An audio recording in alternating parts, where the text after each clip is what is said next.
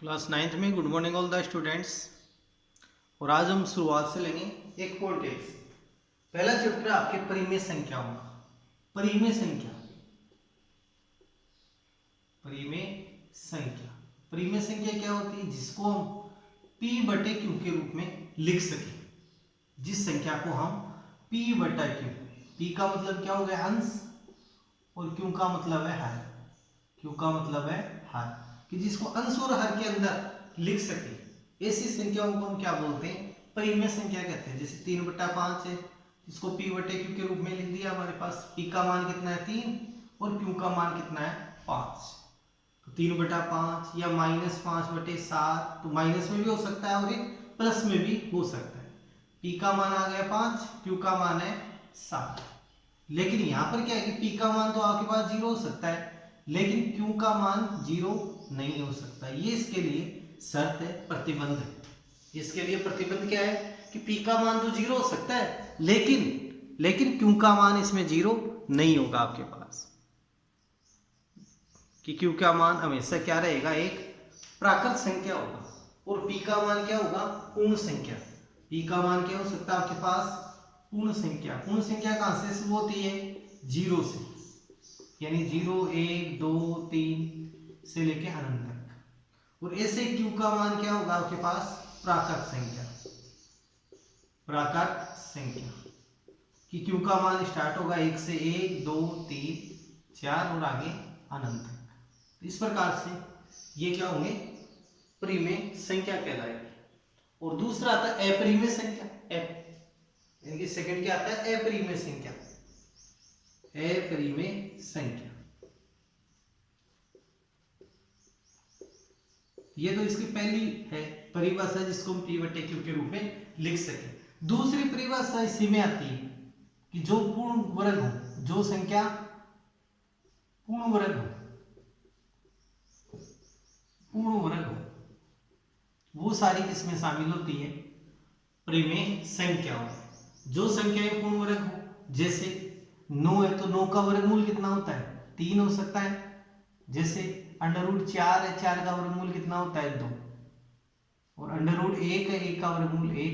0 का कितना आता है? 0। तो 0 भी क्या है? परिमेय संख्या है। 0 को भी किसमें हम शामिल करते हैं? परिमेय संख्या में शामिल करते हैं। जो संख्या पूर्ण वर्ग है, जो संख्या पूर्ण वर्ग है, वो सारी संख्याएं किसमें शामिल है आपके पास? परिमेय संख्याओं में हम उनको शामिल करेंगे। जो संख्याएं पूर्ण वर्ग होगी वो सारी। अब देखो, इसके अंदर अपरिमेय में कौन से को शामिल करते हैं? जिसको p बटे q के रूप में प्रदर्शित नहीं कर सके, p बटा q के रूप में नहीं दर्शा सके, के रूप में नहीं दर्शा सकते, उनको हम क्या बोलेंगे? अपरिमेय संख्या। फर्स्ट सेकंड नंबर पे जो पूर्ण वर्ग संख्या नहीं है, जो पूर्ण वर्ग नहीं है, जो पूर्ण वर्ग संख्या नहीं है,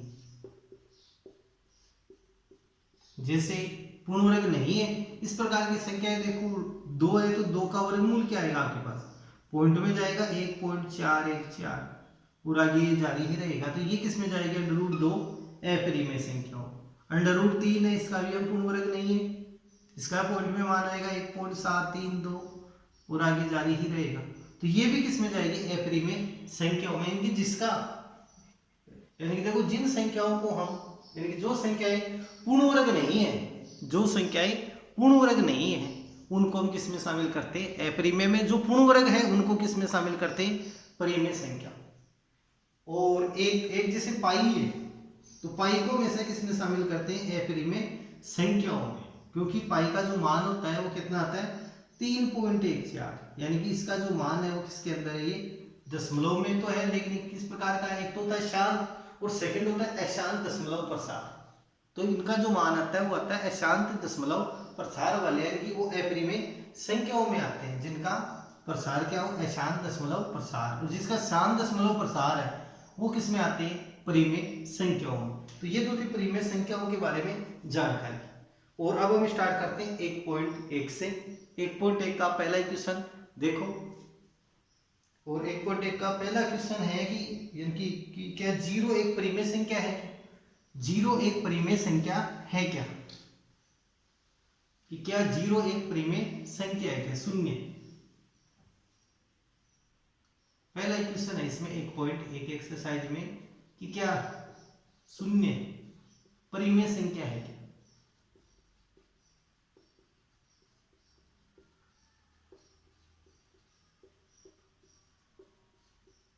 ये है पहला क्वेश्चन कि क्या शून्य परिमेय संख्या है क्या। तो यानी फिर आगे की यदि हाँ तो इसको P बटे Q के रूप में लिखिए। इसको किस में लिखना है, P बटे Q के रूप में लिखना है, जहां पर P और Q क्या है, यानी पूर्णांक है, इंटीजर है यानी पूर्णांक है, कि क्या शून्य परिमेय संख्या है क्या।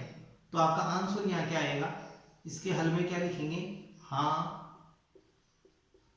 शून्य एक परिमेय संख्या है, शून्य एक परिमेय संख्या है, परिमेय संख्या है। यदि परिमेय संख्या है तो इसको P बटे Q के रूप में दर्शाइए। तो शून्य का P बटा Q यानी शून्य का P बटा Q यानी 0/1 लिख सकते हैं इसको क्या लिख सकते हैं, 0/1। कोई भी संख्या है उसके नीचे एक का प्रयोग कर सकते हैं, तो इसको 0/1 के रूप में लिख सकते हैं। अब P का मान है कितना आपके पास 0, Q का मान कितना है 1, और P और Q दोनों ही इसमें क्या है पूर्णांक, 0 व 1 यानी P व Q पूर्णांक है, पूर्णांक P और Q दोनों ही क्या है पूर्णांक है, यानी वास्तविक संख्याएं भी होती है। तो पहले क्वेश्चन का ये आंसर आ जाएगा। तो इसको 0/1 लिख सकते हैं, या 0/2 भी लिख सकते हैं, 0/-3 भी लिख सकते हैं। इसके कई आंसर हम यहाँ से दे सकते हैं इसके। तो पहला क्वेश्चन ये कंप्लीट है। दूसरा क्वेश्चन देखो, यानी कि कोई भी दो परिमेय संख्याएं होती है, आपने पिछली क्लास में भी तो अध्ययन किया होगा कि कोई भी दो परिमेय संख्याओं के मध्य कितनी है परिमेय संख्याएं होती है। तो आपका आंसर क्या आएगा इसका, अनंत, यानी कई संख्याएं हो सकती है कि दो परिमेय संख्याओं के मध्य अनंत अपरिमेय संख्याएं अनंत परिमेय संख्याएं स्थित होती है। अब ये एक शब्द है, इसको आप लिखिए, दो परिमेय संख्याओं के मध्य, दो परिमेय संख्याओं के मध्य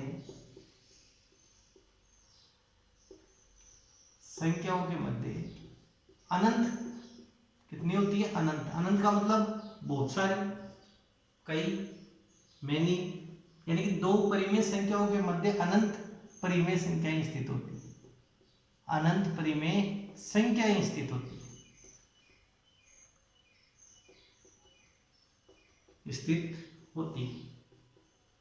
जैसे कोई भी दो परिमेय संख्या ले लो, उनके मध्य हम कई परिमेय संख्या ज्ञात कर सकते हैं, कई परिमेय संख्याएं हम ज्ञात कर सकते हैं दो परिमेय संख्याओं के मध्य।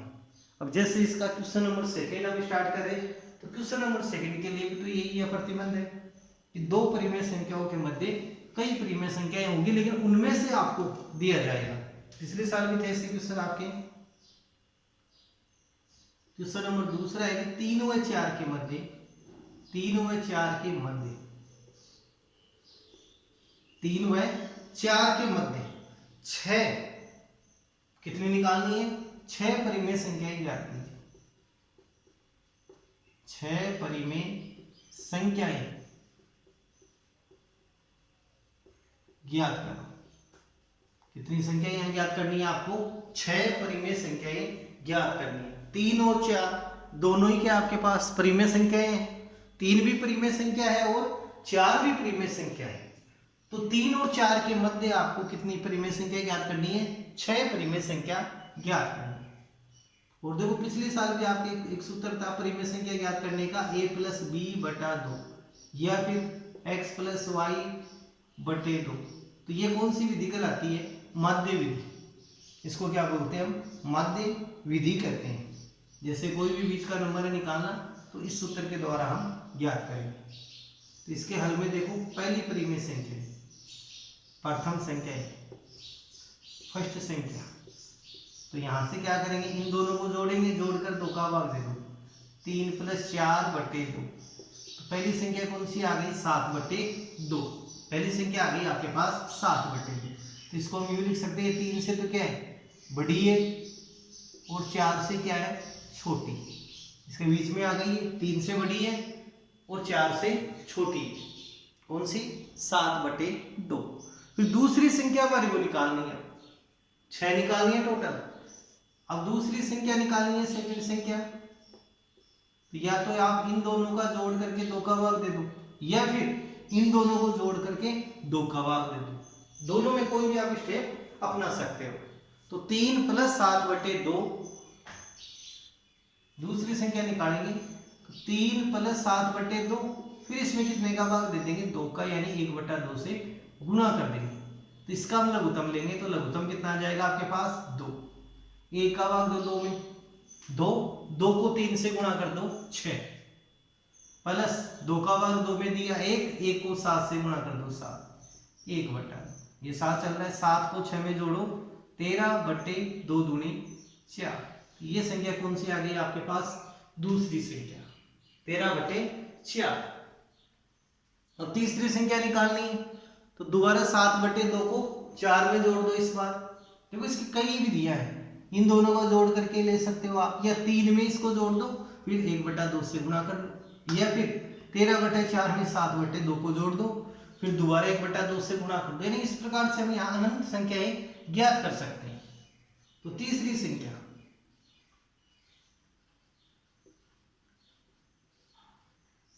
संख्या कौन सी हम लेंगे यहाँ से, एक तो चलो 7/2 में 4 को जोड़ देते हैं, फिर इसको कितने से करना है 1/2 से गुणा। इसका लघुत्तम लेंगे, तो लघुत्तम कितना आ जाएगा आपके पास 2 से 2 में 2 का भाग दिया तो 1 को 7 से गुणा कर दो 7 प्लस 1 का भाग देंगे 2 में 2 को 4 से गुणा कर दो 4 दूनी 8, 1/2। तो 8 और 7 कितने हो गए 15 और 2 दूनी 4, 15/4 आ जाएगा इसका मान। अब चौथी संख्या आपको निकालनी है।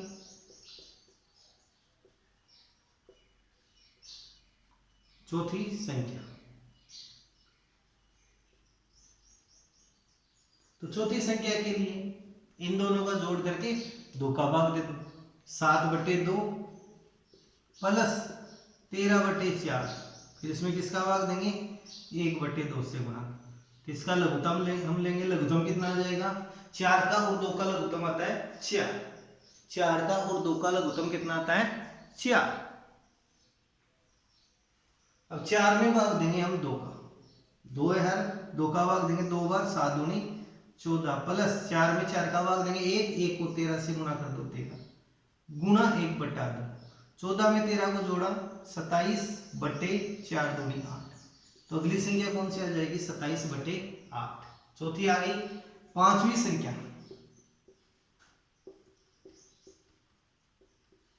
अब पांचवी संख्या या तो अब इनमें किसी का भी जोड़ करते हुए आप ले लो जो पहले आपने नहीं लिया है। इस प्रकार से आपको चलना है, चाहे 13/4 में 15/4 जोड़ दो या फिर 15/4 में आप 27/8 जोड़ते हुए ले लो। इस प्रकार से हम कई संख्याएं ज्ञात कर सकते हैं। 7/2 और 13/4 का योग हो गया 13/4 और 15/4 ले लेते हैं 13/4 प्लस 15/4, फिर इसको किससे करेंगे डिवाइड 1/2 से भाग दे देंगे। अब इसका हम लघुत्तम लेंगे, तो इसका लघुत्तम आपके पास आ जाएगा 4 में 4 का भाग देंगे 1 को 13 से गुणा कर दो प्लस 4 में 4 का भाग देंगे तो 1 को 15 से गुणा कर दो 15, फिर इसको गुणा करना है 1/2 से। 15 और 13 कितने हो गए 28, 28/4 गुणा 2, यानी वो का वही मान हमारे पास प्राप्त हो जाएगा 28/8। इसको काट भी सकते हैं हम, 4 के पहाड़े से काटेंगे तो वही स्टेप में जाएंगे 7/2 में, 4 के पहाड़े से काटेंगे तो वही आएगा। छठी संख्या आप और याद कर सकते हो, छठी संख्या इन दोनों का जोड़ कर दो,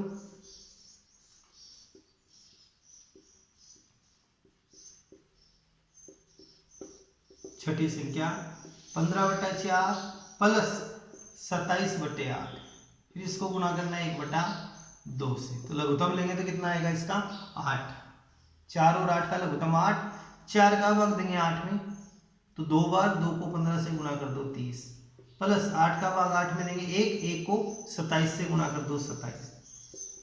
अब 30 और 27 को जोड़ें तो 57/8 दूनी 16।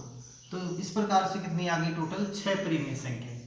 3 से बड़ी संख्याएं कौन सी है, इन संख्याओं को हम ले सकते हैं 3 और 3 से बड़ी हो सकती है 7/2, फिर 13/4, 15/4, 27/8 और 28/8, तो ये सेम ही है 7/2 के बराबर है 57/16। फिर कौन सी संख्या आपके पास 4, तो 1 2 3 4 5 6 संख्या। तो यहाँ क्वेश्चन आपसे 6 भी ज्ञात करवा सकता है, 8 संख्या भी ज्ञात करवा सकता है, 10 संख्याएं भी ज्ञात करवा सकता है, 20 भी ज्ञात करवा सकता है, यानी कि वो अगले पे डिपेंड है कितनी संख्याएं पूछी गई है, उसी के अनुसार हमारे को आंसर प्राप्त करना है। ये लो नीचे का पार्ट नहीं दिख रहा है तो दिख जाएगा आराम से आपको, इसको नोट करना है नीचे के पार्ट को भी। अब नेक्स्ट क्वेश्चन है आपके पास, क्वेश्चन नंबर, इसी का ये तो फर्स्ट पार्ट है। सेकंड क्वेश्चन देखो यहाँ, ये सॉरी थर्ड क्वेश्चन। 5 परिमेय संख्याएं ज्ञात करनी है आपको इसमें, 5 परिमेय संख्याएं ज्ञात करनी है। क्वेश्चन नंबर तीसरा,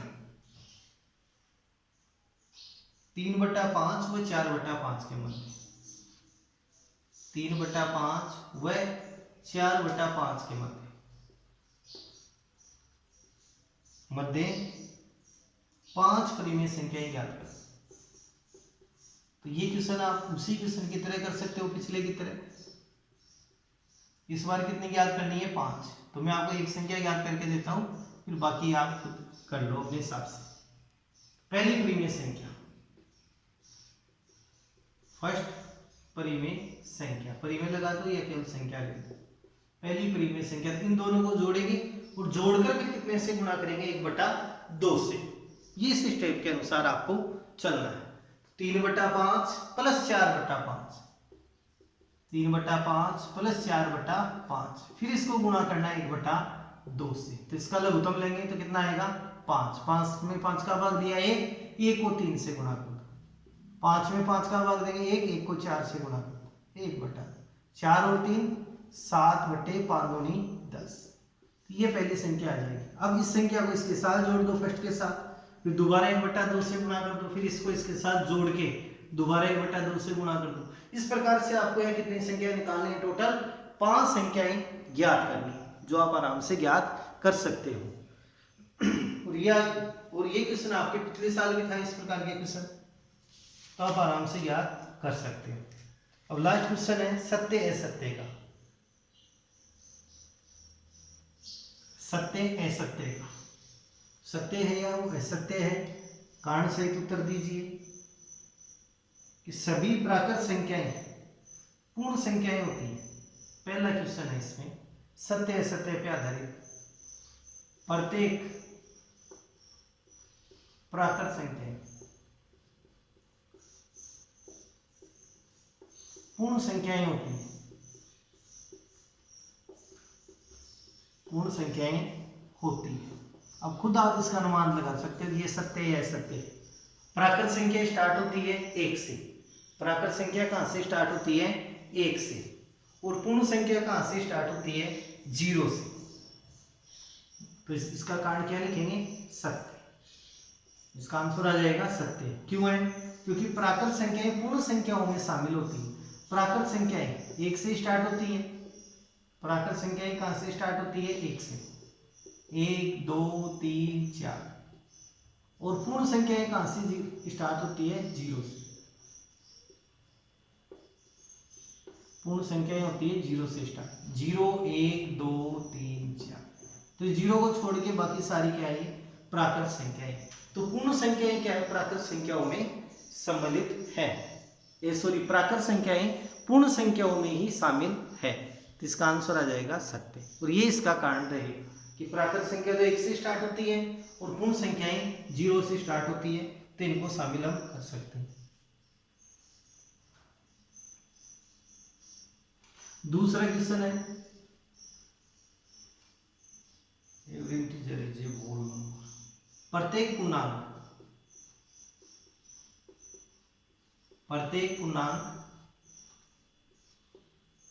पूर्णांक एक पूर्ण संख्या होती है।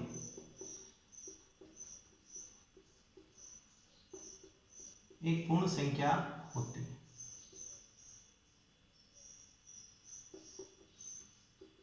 तो ये कथन देखो, सत्य है सत्य है, इस कथन पे ध्यान दो।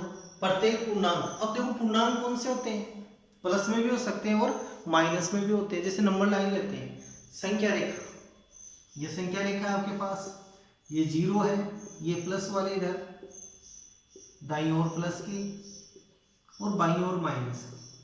प्लस और माइनस इन सबको मिला करके आपके पास ये पूर्णांक है। ये पूरे क्या हो जाएंगे, पूर्णांक। पूर्णांक कौन से होते हैं, प्लस और माइनस दोनों में ये स्थित रहते हैं। और पूर्ण संख्या कहाँ से स्टार्ट होती है, 0 से। तो ये कथन आपके पास क्या आएगा, असत्य। यानी प्रत्येक पूर्णांक क्या नहीं होता, पूर्ण संख्या नहीं होता। देखो 0 के बाद वाले तो ये सारे पूर्णांक है जो शामिल है पूर्ण संख्याओं में, लेकिन जो ये माइनस वाली है संख्या है, -1, -2, -3, -4, -5, -6, इस प्रकार से जो माइनस में संख्याएं वो क्या होगी, पूर्ण संख्याएं नहीं होगी, वो केवल पूर्णांक ही रहेगी। अब यहाँ पर शब्द आता है वास्तविक संख्या, तो हम उसको शामिल कर सकते थे। वास्तविक संख्याओं में तो सारी आती है, प्लस माइनस की पूर्णांक पूर्ण संख्याएं सारी किसमें शामिल है, वास्तविक संख्याओं। तीसरा क्वेश्चन है इसका, जो लास्ट है, चौथे का तीसरा है, इनकी every rational number is a whole number. प्रत्येक परिमेय संख्या, प्रत्येक परिमेय संख्या, यानी प्रत्येक परिमेय संख्या एक पूर्ण संख्या होती है।